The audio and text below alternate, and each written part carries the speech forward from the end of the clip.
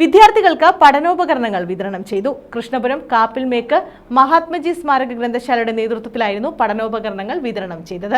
SSLCക്കും +2 പരീക്ഷകൾക്കും വിജയം നേടിയ വിദ്യാർത്ഥികളെയും അനുമോദിച്ചു. കാപ്പിൽമേക്ക് മഹാത്മജി സ്മാരക ഗ്രന്ഥശാലയുടെ നേതൃത്വത്തിലാണ് വിദ്യാർത്ഥികൾക്ക് പഠനോപകരണങ്ങൾ വിതരണം ചെയ്തത്.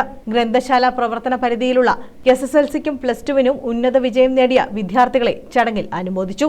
Taluk library council president G. Santhosh Kumar ഉദ്ഘാടനം നിർവഹിച്ചു.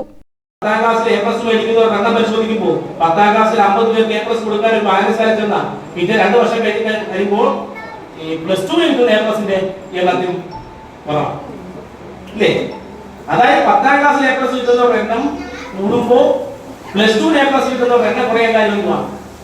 അതായത് ഇത് വേഗം കയറുന്ന പോലെ ഒരു 10 സ്റ്റെപ്പോടെ സ്ഥാനത്ത് കയറുന്നു, നമ്മൾ അനായാസമായിട്ട് കയറുന്നു നമ്മൾ അടുത്ത പരീക്ഷ കയറുന്നതാണ്. ഇന്നലെ ഞാൻ ആ ഏരിയ കയറിയത്, എനിക്ക് ഈ ഏരിയ പേടിയൊന്നുമില്ല എന്ന് പറഞ്ഞ് നമ്മൾ ഏരിയ സ്റ്റെപ്പ് നോക്കാതെ നമ്മൾ കയറും. ഈ കയറുമ്പോൾ എന്താ ചെയ്യുന്നത്?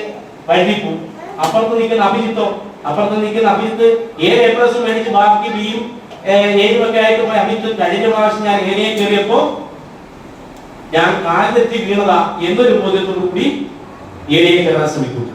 ഗ്രന്ഥശാല പ്രസിഡന്റ് K. വിശ്വനാഥൻ അധ്യക്ഷത വഹിച്ചു. Taluk library council secretary CNN Nambi അനുമോദനവും മൊമന്റോ വിതരണവും നിർവഹിച്ചു. വിദ്യാർത്ഥികൾക്കുള്ള പഠനോപകരണങ്ങൾ മുനിസിപ്പൽ കൗൺസിലർ ബിദു രാഘവൻ വിതരണം ചെയ്തു.